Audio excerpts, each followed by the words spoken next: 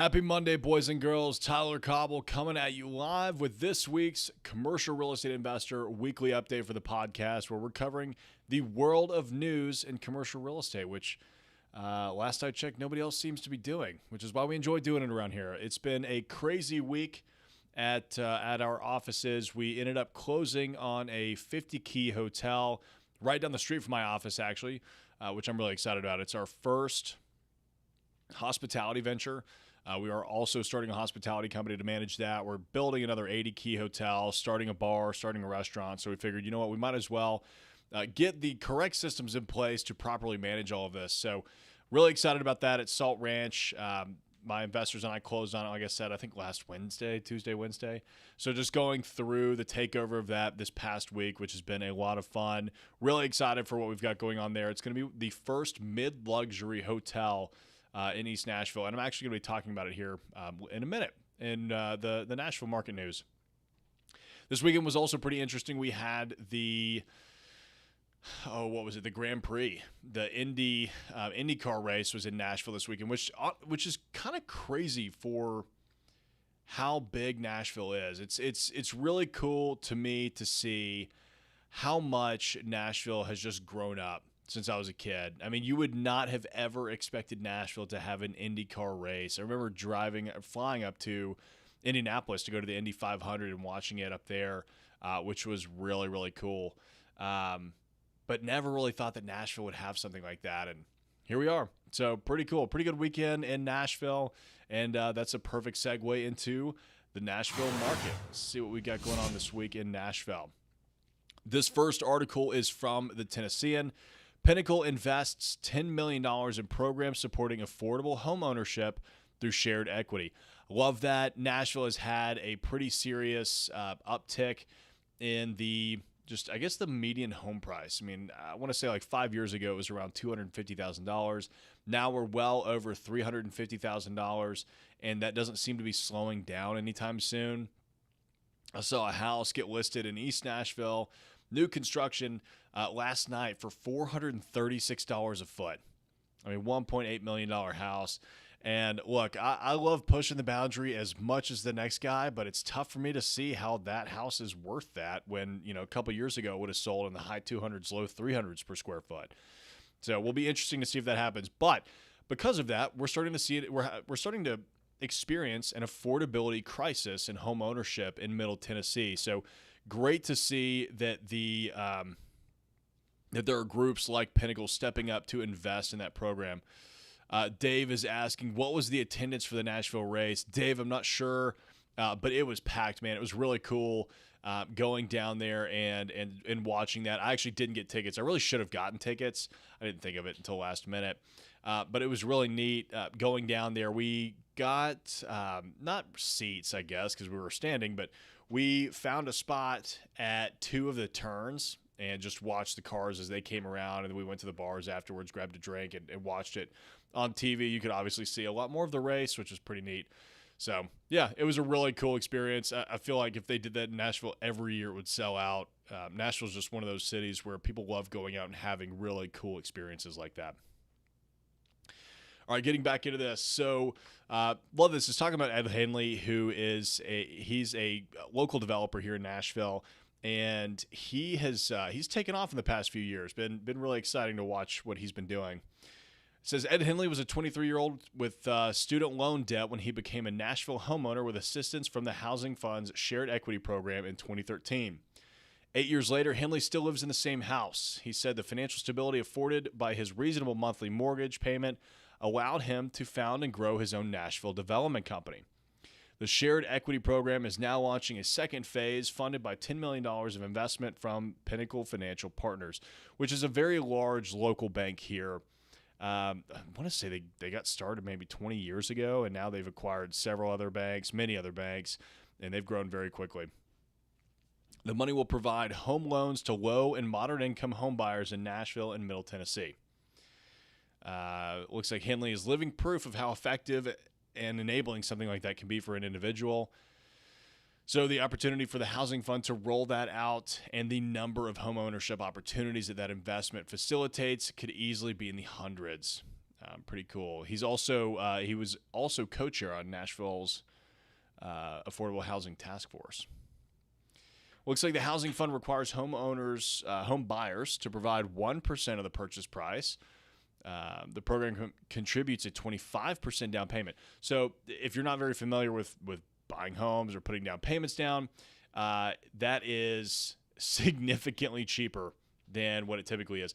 Even the FHA loans, I believe, are 3 or 3.5% down.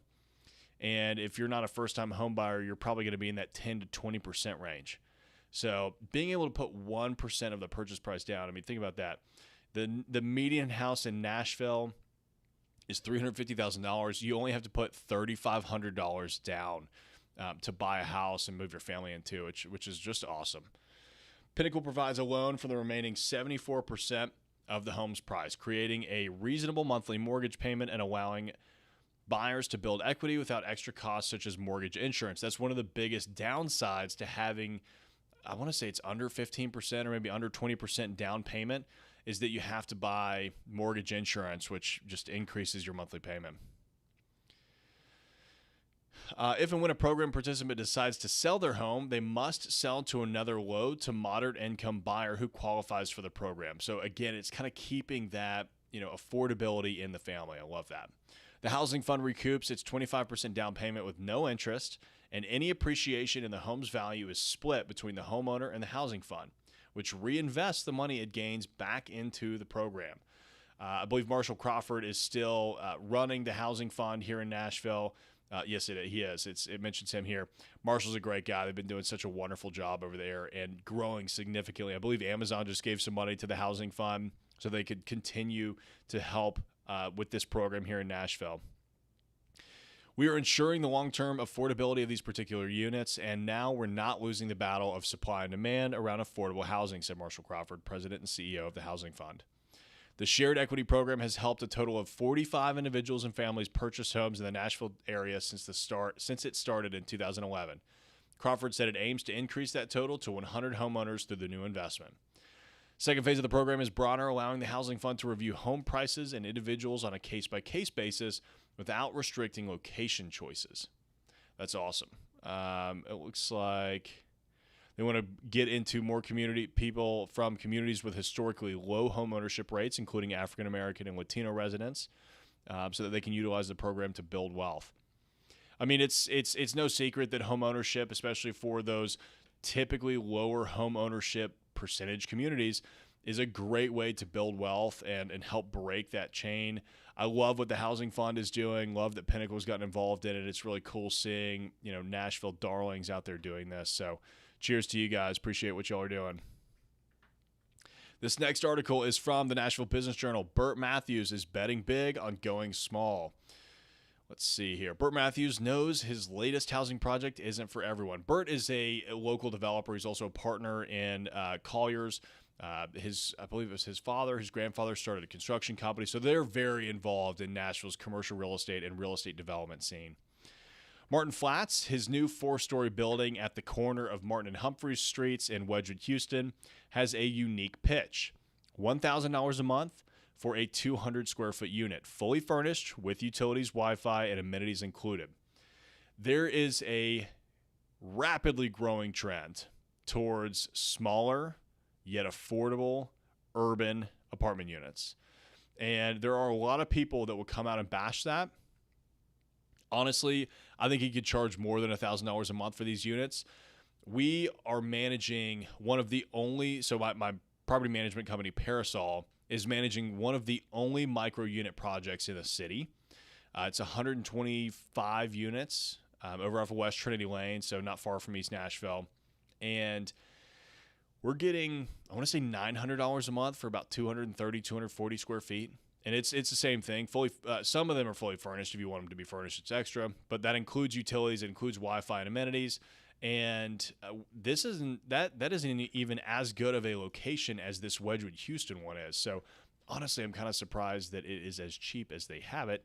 But again, it's affordable. If you want to have your own space for $1,000 a month, if you bartend downtown, you work downtown, you don't want to live out in the boonies, you don't want to live with roommates, It's a very affordable, solid option. The city needs all kinds of housing, the longtime Nashville real estate pro said during a walkthrough of the property, which has finished construction and is pre-leasing. It's really a matter of giving people one more choice. That's the thing with micro units, is it's just another option for people. You don't have to like them. You don't have to go rent a micro apartment unit yourself, but there is somebody out there that this is giving an opportunity to, and that's what is so exciting to me about micro units.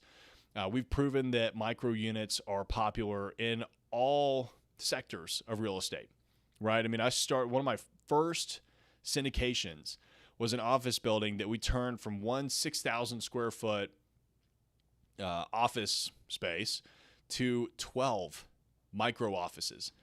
And we had one of those suites come up. I ended up selling that project, but we still manage it and lease it. We ended up having one of those units come available. They rarely come available because almost every tenant renews. And it was, as soon as the tenant moved out, it was leased within 2 days. So, typically in commercial real estate, you're not just leasing something 2 days after a tenant moves out. It takes a lot longer than that because they're bigger spaces. You're competing with other opportunities.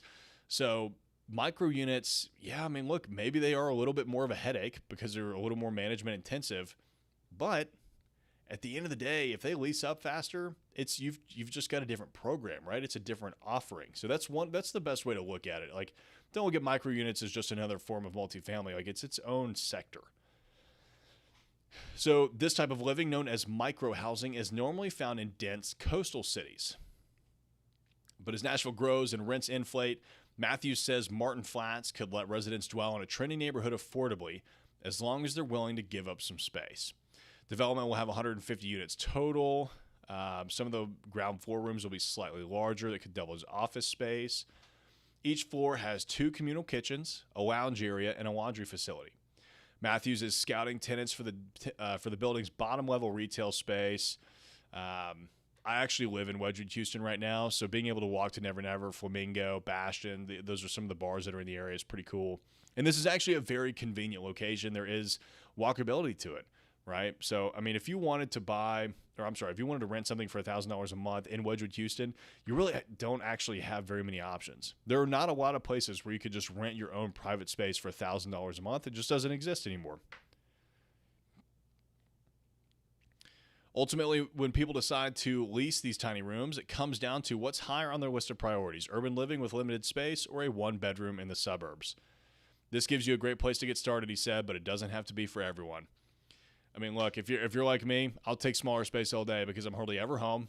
I'm almost always, look at it. It's 5:45 right now, and I'm at the office talking with you guys. So it's home to me is a place to go rest my head. I'm not married, don't have kids, don't have pets. It's very easy for me to just take a tiny little space, and that's all I need. And there are a lot of people like that, right? There are a lot of millennials in the workforce that they enjoy going out. It's kind of like that New York lifestyle. Like, you have a tiny little shoebox of a place, but it's because you're out enjoying the city, right? And Nashville is finally at a point where you can really get out and do that. So, pretty neat. All right, and as I teased earlier, this one is from the Nashville Post. Boutique hotel eyed for East Nashville. Salt Ranch to operate from historic Congress Inn on Dickerson Pike. So this was the hotel that we just acquired this past week. Investor group led by Nashville-based Tyler Cobble has acquired the Dickerson Pike property home to the Congress Inn for $3 million. Let's see. Cobble, founder of the Cobble Group in Hamilton Development, will team up with Red Rover Hospitality to reinvent the buildings as a boutique hotel called Salt Ranch with a summer 2022 opening. This is really exciting. So we're obviously founding a hospitality company, as I said, Red Rover Hospitality. We're partnering with Jordan Fife on that, who is a world-renowned hotelier. He has the #1 hotel on the Condé Nast Travelers list for like the last 4 years out in Palm Springs that he did. That was called L'Horizon. He also did Sparrow Lodge. He's been in hospitality forever. So really excited to be partnering with him on this venture. This will definitely not be the last hotel that we're doing. We are looking for multiple others. Let's see. Congress Inn will offer 52 rooms. The site used to feature a swimming pool and a restaurant, which they paved over the pool. They haven't had a restaurant in years, so we're bringing all of that back. the new site plan is really cool. It's going to be this like retreat. We're going up with taller fencing, higher hedging. We'll have a wedding and event venue, stage on the property. So it's pretty exciting what we've got going on there. I mean, Jordan's just got a brilliant mind for this stuff. We've also retained Beverage Road Architecture, which is one of my favorite architects in town, to do this project. They've done a lot of stuff with us in East Nashville. They'll be handling the design, furnishings, and the ambiance. We're kind of going with an authentic Nashville vibe. That's one thing that I feel like boutique hotels haven't really done very well in Nashville. They just, they slap a guitar on the wall and call it Nashville. And while that's kitschy and some people may like that, it's not the real Nashville. The Nashville that I grew up with it was kind of, not super modern, but like a modern rustic country feel. Like you could still go out to your friend's house and they had a bunch of acreage, and, sometimes we would have bonfires, but also like we'd hang out at a buddy's place and, walk down to restaurants. Like that's kind of the vibe that Nashville has always had. So I think that's really cool. And that's the Nashville that I want to continue to preserve and celebrate as Nashville evolves. Right. I think that's very important to keep in mind as a developer. Let's see here. It's kind of weird to read a quote that you quoted yourself, but Jordan Fife, Red Rover Hospitality Company managing partner and founder, said all elements of the property will be designed to promote interactions between hotel staff and guests to emphasize that feeling that right here you are home. Very important to us that locals and tourists alike kind of interact with each other, creating that, Southern home hospitality feel. All right, let's move on to Market Watch. This week, we are diving into the emerging trends in real estate from ULI with Chicago. Let's see, Chicago is 44 in terms of overall real estate prospects, so about midway on the list. There's about 80 cities that they took into account on this list. So not the highest we've covered, definitely not the lowest. I can't remember who we covered last week, but it was pretty low on the list. I believe it was, gosh, I can't even remember who it was now. Oh, I think it might have been San Francisco. In terms of home building prospects, Chicago is 70 on the list, almost towards the absolute bottom. So 70 out of 80. So just so you know, Chicago is part of what ULI determines to be the establishment cities in a multi-talented metro area. They combine it, or they class it along with Boston, Los Angeles, Brooklyn, Manhattan, and Philadelphia. In terms of overall investor demand, they are a 3.17 out of 5. That's actually higher than I would have expected considering where Chicago is, but very few on this list are even below a 2.5. So, they're definitely in the bottom 50% of demand. Let's dive into this next article from Roofstock to figure out why investors are considering Chicago's real estate market in 2021. Median home sales prices in Chicago are projected to keep rising in 2021 as the demand for housing in metropolitan Chicago exceeds supply. That's really surprising. As many people as there are moving to Nashville from Chicago, I'm just trying to think of like where in the country you would be moving from headed to Chicago to where Chicago would be better. I mean, I was there a few months ago and it was rough. I mean, COVID has had a really pretty profound impact on Chicago. There were a number of restaurants that were closed. A lot of them were permanently closed. I heard some statistic that was like 20% of their restaurant stock permanently closed. That sounds crazy to me, but it's just something I heard. Don't quote me. Both the city and the suburbs are seeing growing demand, with inventory down to historically low levels. Investing in rental property in Chicago could be a smart move this year, with more households in Chicago renting instead of owning. Gateway real estate markets like Chicago are an elite group of powerhouse U.S. cities with high liquidity, large economies, influential culture, and international brand recognition. Let's see. Let's dive into the population growth. Chicago is home to nearly 2.7 million people in the city and more than 9.4 million residents in the metro area. Their population declined by 0.38% last year. That's pretty significant. I mean, for you to not even just break even, like I know it's 0.38% is almost break even, but that's really, really low. Abby is saying potentially some other smaller Midwest areas migrating to Chicagoland area. Yeah, you're probably right? Like all of those smaller towns kind of in the Midwest are saying, hey, let's just get to the city. I could see that. Chicago is the most populous city in Illinois and the third most populous metropolitan area in the U.S. The median age in Chicago is 38 years, with 41% of the population between the ages of 20 and 49. Per capita income in Chicago is $40,144, and median household income is $75,379. That's actually not bad. That's a pretty high median household income. I mean, for the whole city, right? Like I think if you took Nashville, it's got to be 40 or 50. So that's pretty good.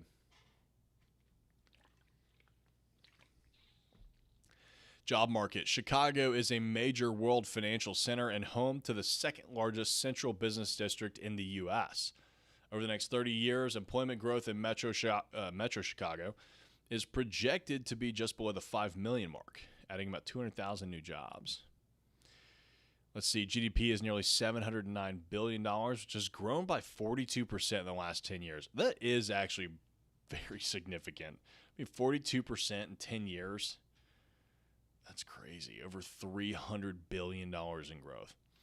Employment growth is 1.14% year over year, with the metro area home to nearly 4.8 million employees. Now, look, that may seem on the surface that like it's a positive number, but let's keep in mind that last year was 2020. Last year was terrible. So 1.14% year over year is really not that great. Median household incomes in Chicago grew by 3.45% year over year, while median property values increased 3.12% over the past 12 months. Now, that is interesting. Despite the pandemic, median property values have increased by over 3%. I mean, what is the historic average over like 20, 30 years is 3%, so 3 to 5. So that's actually pretty decent. Unemployment rate in Chicago is currently 7.9%. With construction, manufacturing, trade and transportation, information technology, and financial activities sectors showing the fastest signs of growth. Okay, how's the real estate market? Let's see. Zillow Home Value Index. However much weight you want to give that, I'd give it almost no weight. For Chicago is $293,000 through May of 2021. Home values in Chicago increased 9.4% last year. That's crazy. Over the last 5 years, home values in Chicago increased by over 24%. So, I mean, they're, averaging about 5% a year. Median listing price of a single-family home in Chicago is $347,000 based on the most recent report. So that's crazy, not far off from Nashville. And days on market, 65. I mean, okay, it looks like it's a strong renter's market, which is good to see. I mean, that's probably all we're really going to get out of that article. Okay, here's another one from real estate at .usnews.com. 7 Chicago real estate trends to know. The Windy City is seeing rising home prices and tough buyer competition, but you may find what you're looking for at lower costs compared to other major metro areas. I mean, look, if you are comparing Chicago to San Francisco, New York City, yeah, you're probably going to be getting a better deal. Just because it's not quite as overall resistant, maybe, as New York and San Francisco are. Like you think about how COVID hit those cities. Like, I mean, San Francisco is not just going to disappear, right? New York City is not just going to disappear. I mean, yeah, of course, they got hit really hard by COVID, but they're going to come back. Whether you were born and bred in Chicago or are moving to the third most populous city in the U.S. for the first time, know that the housing market both echoes national trends and deviates from them. Okay, so that sentence effectively said nothing. This place is the same and different from everywhere else. Okay. Chicago's neighborhoods range dramatically from the densely populated urban core to quiet residential streets, from shopping districts to hubs largely populated by college students. Okay, cool. Prices are rising, but not unsteadily. The median home price for the Chicago metropolitan statistical area was $270 in February, a 12.5% increase from February of 2020. For the entire state of Illinois, the median home price was lower at $226,000, a 14.1% increase compared to the prior February. So, I mean, obviously you would expect homes in Chicago to be worth a little bit more. Fewer homes were sold in February compared to the year before. A contributing factor to both fewer sales and rising prices is the inventory of homes on the market is currently very low, as many homeowners aren't interested in selling now, and the construction of new homes isn't keeping up with the number of new buyers on the market, which is just crazy how that's going on everywhere in the country. I mean, it's just new construction cannot keep up whatsoever. I mean, also it takes 6 months to build a house. So let's see. Still going to coach my sellers to price the property appropriately, one realtor says.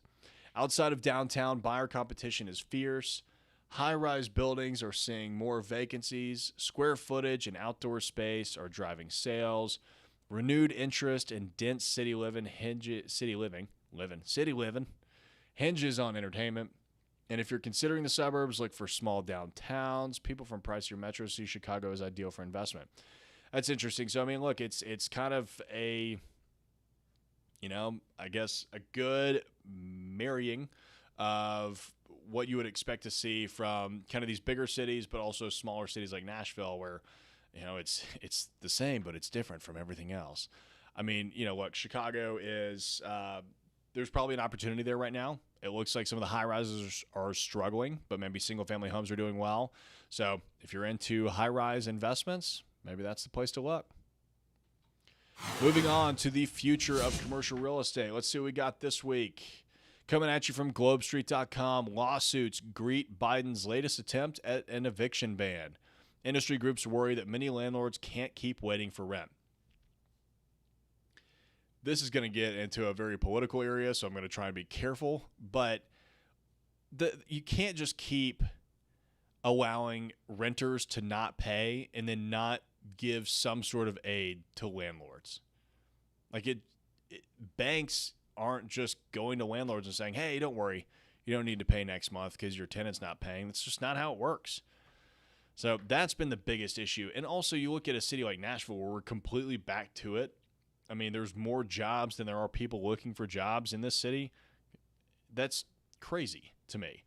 I was down on Broadway yesterday for the race, and it's just unbelievable how packed it was. Unbelievable. So, yeah, I mean, I fully support these lawsuits because you can't keep telling people they don't have to pay rent. Landlords don't get breaks. Under direction from the Biden administration, the Centers for Disease Control and Prevention announced a new temporary eviction moratorium into place on Tuesday, August 3rd. By the morning of August 5th, real estate and landlord groups filed lawsuits challenging the illegality of the move, according to a complaint filed by the National Apartment Association, Darby Development Company, GWR Management, McLean Investments, and Shander International. Good. As a result of the CDC order and their consequent inability to exercise their constitutional property rights and contractual rights, property owners in the United States have suffered enormous economic consequences. Without limitation, while continuing to incur all costs of ownership, they have been unable to evict non-rent-paying tenants from rental units and to generate income by leasing those units to rent-paying tenants. The CDC order has appropriated the owner's rights to exclude. Estimated financial losses industry-wide amount to tens of billions of dollars. Not all evictions have been prevented. According to real estate lawyers who have spoken over time to globestreet.com, the moratorium requires renters to have filled out a declaration and to have met a number of conditions, but many tenants have gained protection from the moratorium, which costs the associated landlord's income. Small landlords, particularly those of owner-occupied 2 flats and 3 flats, are a long-established source of affordable housing in otherwise prohibitively expensive markets. These landlords often rely on rental income from their tenants to make ends meet and are facing difficult conflicts with scared tenants who live in a neighboring unit, haven't paid rent for many months, and simply don't answer the door anymore. We're likely to see increased foreclosures among owner-occupied rental properties if small landlords don't receive targeted assistance quickly. Look, if that doesn't tell you why investing in commercial real estate may have more advantages than investing in multifamily, I don't know what will.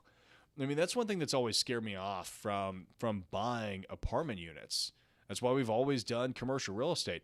I mean, I can deny a tenant because I just wake up one day and I don't like their business. Like, you can't really do that in multifamily. If you think a tenant is on drugs or whatever, like there's such a crazy, I don't even know the whole process because I've intentionally tried not to learn it. But you have to, there's so much fair housing, laws and things that you have to navigate. You got to be really careful with it. In commercial real estate, there are no eviction protections. Like the only eviction protection that there was when the eviction courts were closed. Well, now there's no protections for commercial real estate. So if you're not paying rent, you're going to get evicted. And it's been that way at least for a while. But look, we've got a portfolio of over 550,000 square feet, and we had 0 evictions during COVID and like over 95 or 96% rent collections, with the other few small percentage being like we're just working with the tenants to get everything figured out. We jumped on it from day one and helped them. I mean, there were so many government programs that helped pay for all that stuff. Now, that may be different, right? From maybe there were not government programs for renters saying, hey, here's your money. But, well, that's not true. I mean, there were people that got checks. I don't know. Look, to me, it seems like it's pretty cut and dry. But the administration has said an extension is necessary to deliver more of the aid that arguably should have already been provided. The administration could appeal an existing district court order to immediately enforce an end to the moratorium, but because the Supreme Court has already ruled that the necessary congressional authorization is lacking, those appeals would almost certainly be futile. So I guess keep an eye out for what's going to go on in the world of multifamily. If your renters are paying rent, take care of them because they are clearly good people.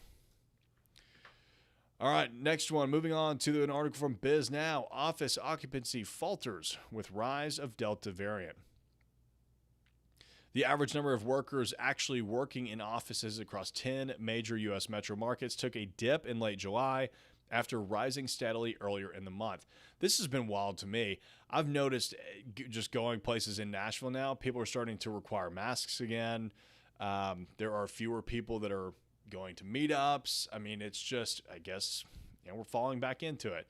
There's a lot of people that don't want to get the vaccine, and they're also not wearing masks, and so you don't get herd immunity, right? I mean, all right. Also, don't send me hate mail about vaccines and masks. I don't care what your opinion is either way. Make that very clear. On July 28th, the company calculated that the 10-city average occupancy dropped to 34.3%, compared with 34.8% the week before. Okay, let's be very clear. This is a very, very small decrease. On July 14th, occupancy came in at 34.5%. From July 7th, when it was 31%. Whatever. I mean, that's not a significant decline. It's a decline, sure, but it's not a significant decline.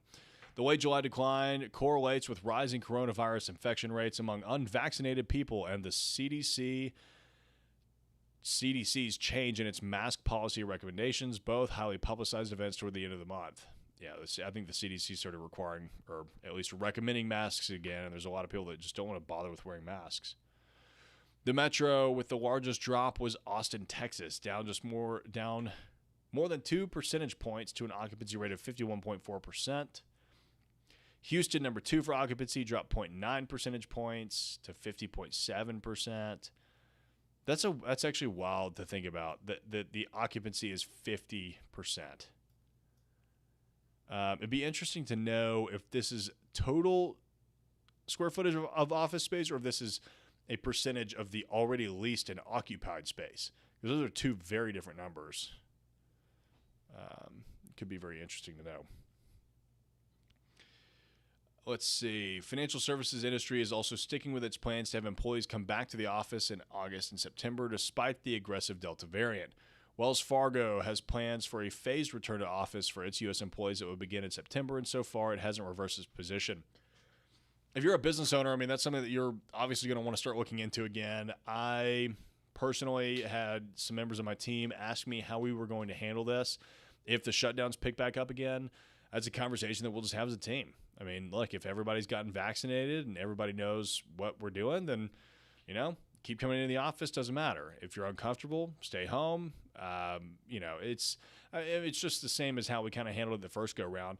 I had everybody working from home when it first hit, and by June, the whole team was asking me when they could get back in the office because everybody was so tired of working from home. So, I guess to each their own. We'll see kind of where this goes. Moving on. This next one from the Wall Street Journal. American Dream, a giant mall outside Manhattan, aims to ride luxury wave. High-end shopping wing is poised to open in September as pandemic-weary consumers look to indulge. American Dream Mall in East Rutherford, New Jersey, reopened October 1st after being closed for 6 months due to the pandemic. The long-delayed project was open for less than a year before COVID-19 lockdowns forced it to shut its doors. That's got to be painful. I mean, being in retail and being only able to be open for a year before just absolute shutdowns. Ooh. The sprawling shopping mall and entertainment center called American Dream is opening its luxury retail wing next month, a sign of budding momentum for the suburban New Jersey complex after a run of early setbacks. The mall's high-end shopping area is poised to open September 17th, according to the 555 Group, the Canadian real estate firm that developed the complex. It will boast many of the world's premier luxury brands, including Hermès, Tiffany & Co., Dolce & Gabbana, and Saks Fifth Avenue department store.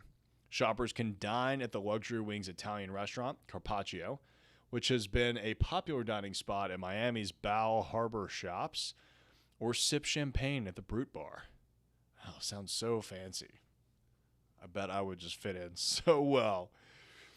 The new wing is important to American Dream because luxury goods retailers reported a recovery in sales starting late last year from shoppers eager to spoil themselves or friends after the pandemic-related lockdowns. Let's see. Yeah, Dave is saying American Dream is owned by 555 and they have deep pockets. I bet they do.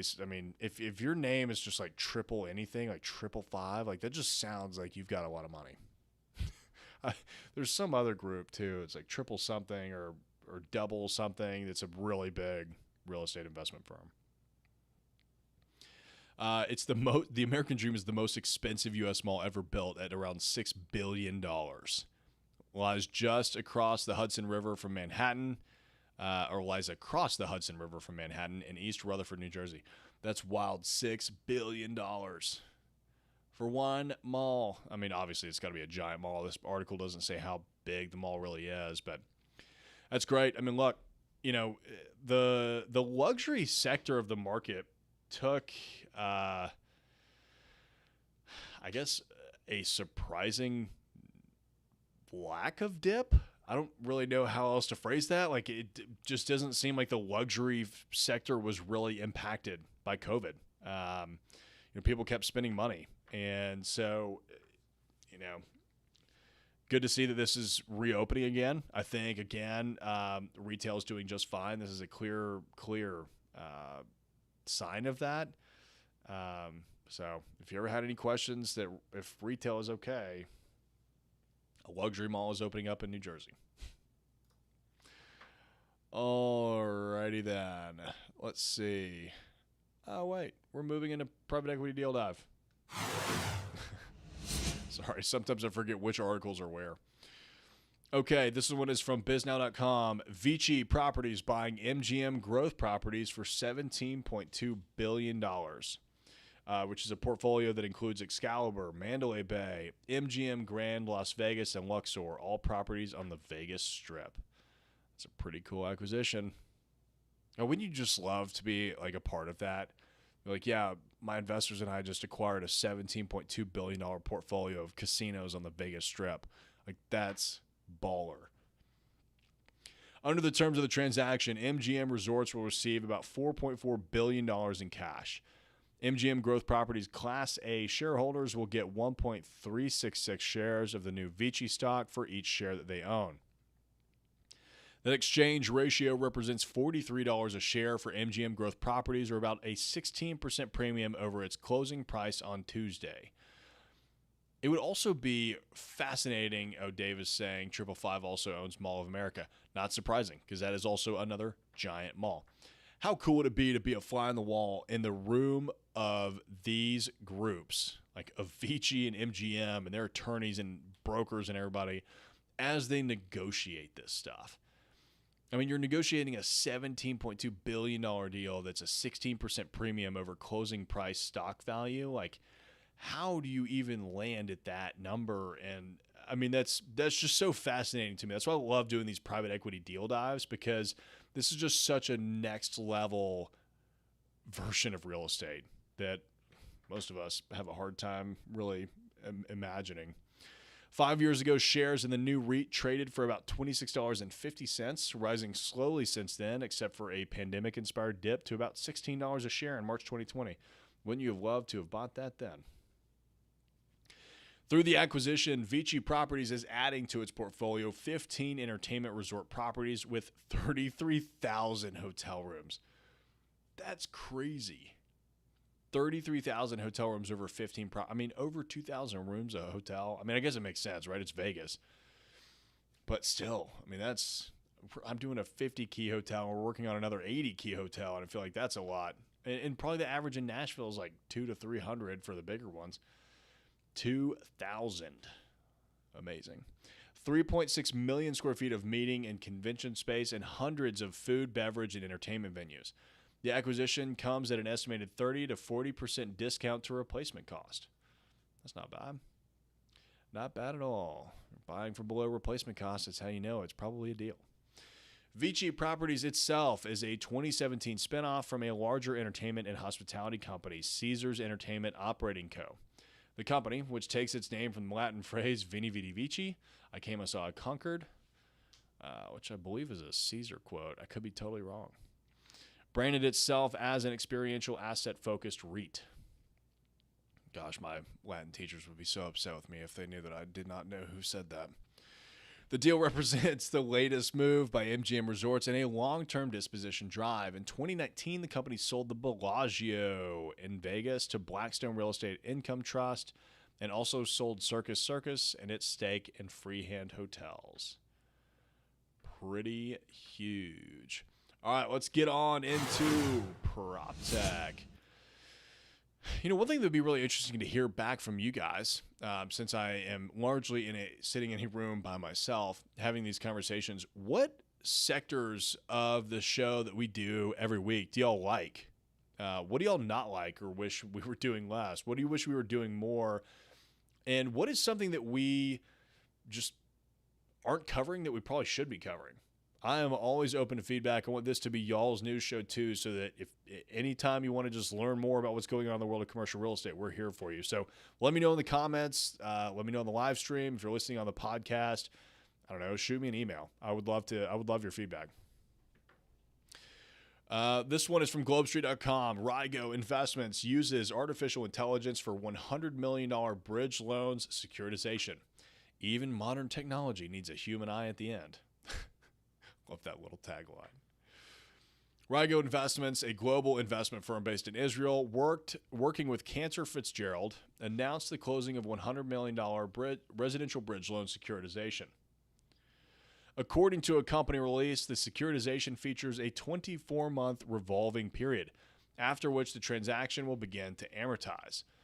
The pool of loans is business purpose loans, 100% senior positions with 6 to 24 months term. In addition, participation in whole loans will be included in the securitization. Property types include single-family residential, multifamily, mixed-use, land, and construction loans. When we started Rygo 3.5 years ago, we wanted to take data, science, and real estate and create value. I mean, look, I feel like we're talking about this almost every week when it comes to PropTech, but artificial intelligence is clearly the future. The amount of data that they will be able to analyze, the amount of, look at any single deal that we do. I mean, we're doing, the majority of projects that I do with my investors is typically, I'd say $5 to $10 million in value. And the amount of underwriting that goes into every single one of these deals is unbelievable, right? Imagine these even bigger deals. You've got so much you've got to do. If you had artificial intelligence that was able to scan, research, data, whatever it needed to do, program all this stuff, maintain it, keep it internally, and then just spit out data for every project you do, that's pretty invaluable if you're a large real estate investment firm.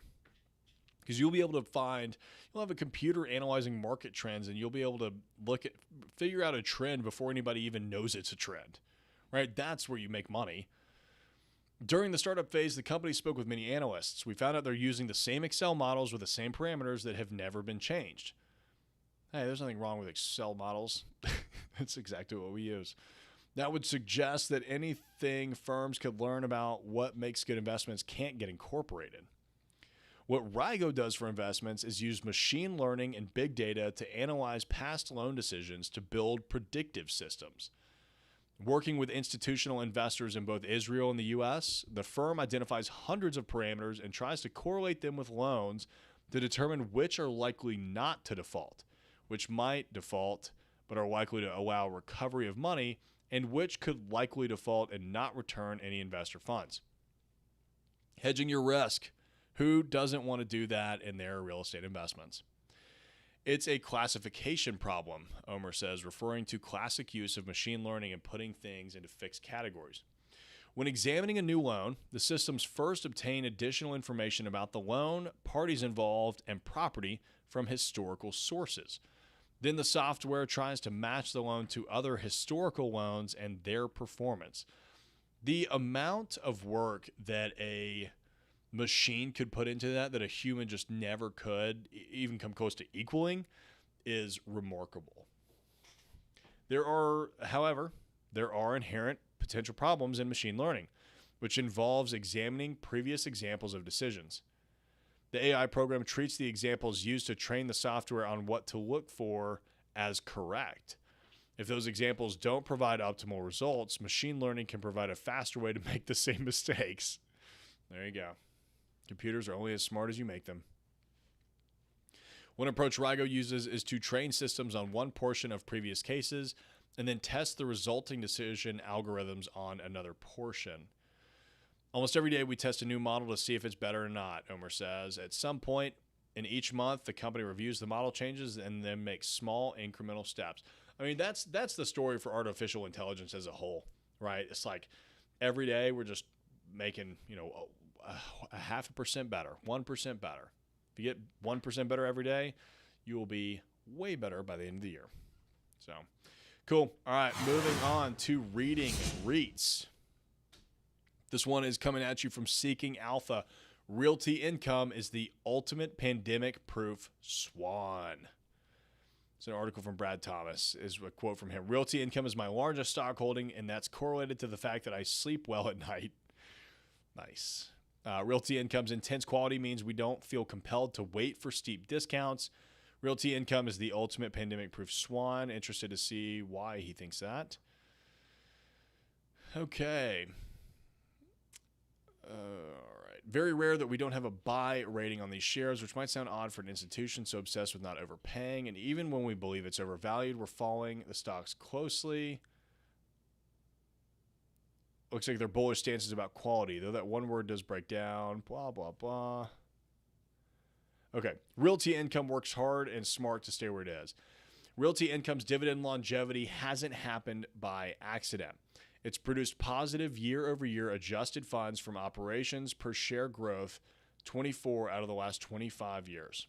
That includes 2020, for the record. Many of its net lease peers struggled in this, and every regard due to their relatively lower quality or otherwise problematic retail-oriented portfolios.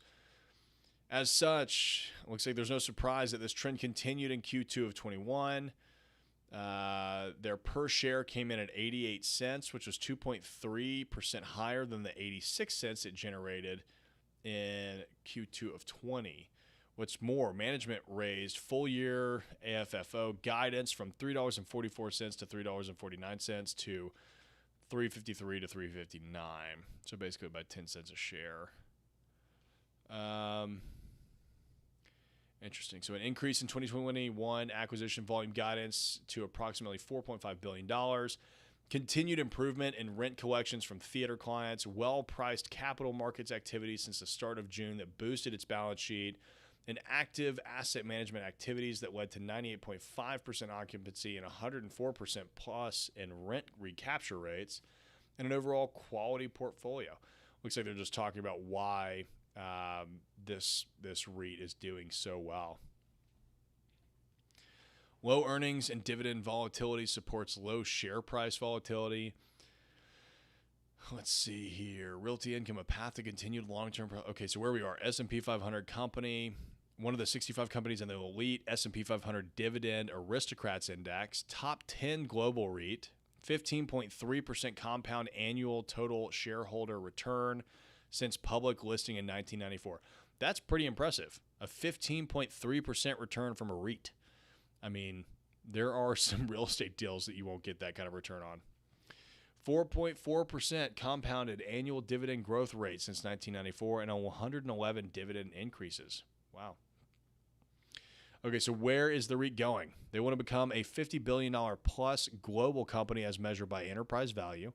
They want to consolidate the $12 trillion in global net lease addressable market.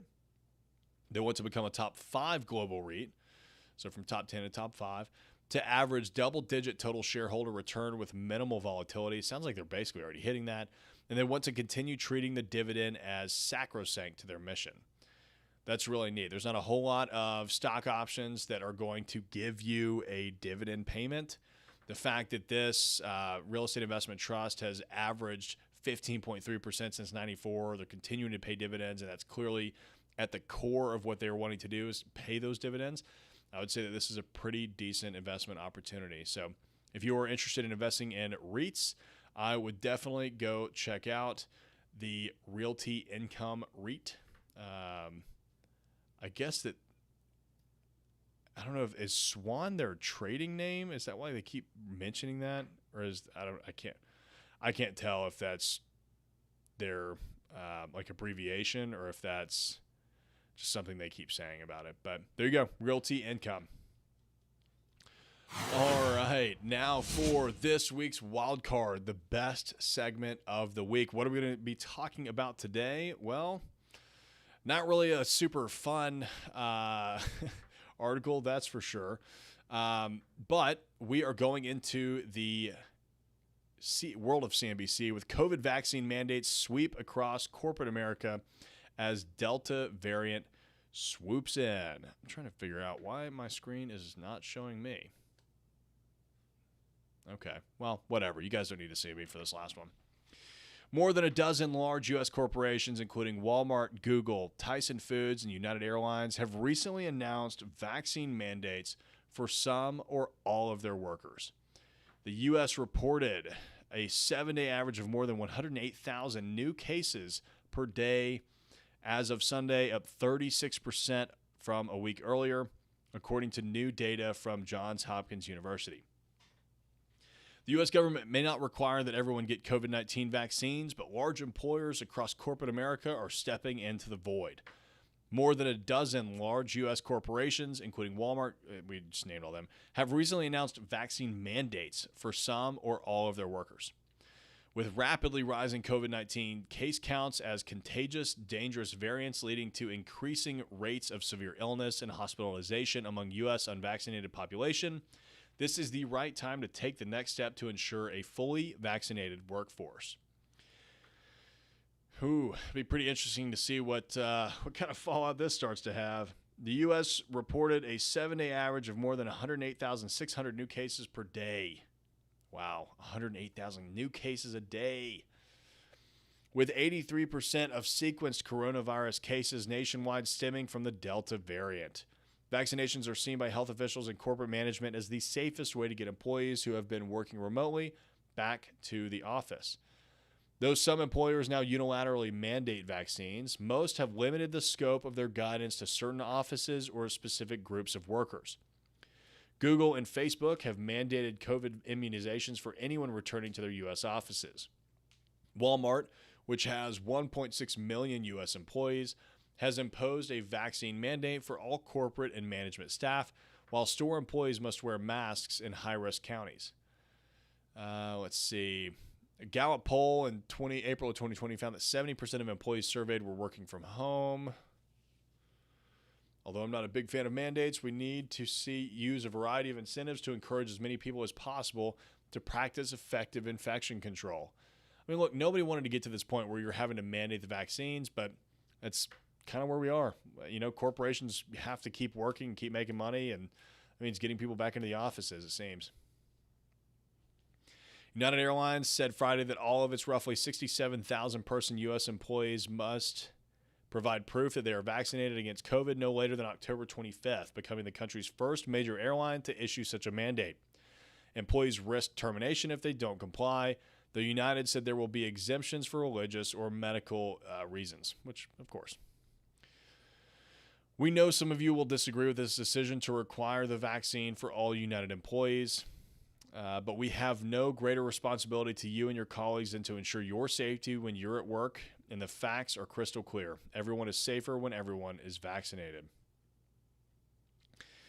Looks like Facebook's Vice President of People, Lori Goler, said the company of nearly 59,000 global employees will have a process in place for people who can't be vaccinated for medical or other reasons, and that it's working with experts to ensure our return to office plans prioritize everyone's health and safety. I mean, it's these big companies. I mean, the article goes on and on about how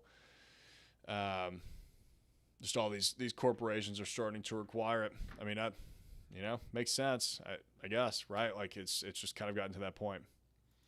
Progressive Property Partners is saying, I wonder how it is known that new cases are in fact Delta variant when there are no tests for it. I have no idea. I don't really pay attention to any of that stuff as far as how they're actually testing it, but the data is coming out pretty clear that a lot of it is the Delta variant. I mean, in Tennessee, I think the data is like 99.6% of cases are now or deaths, I think, are now unvaccinated people from the Delta variant, which is crazy.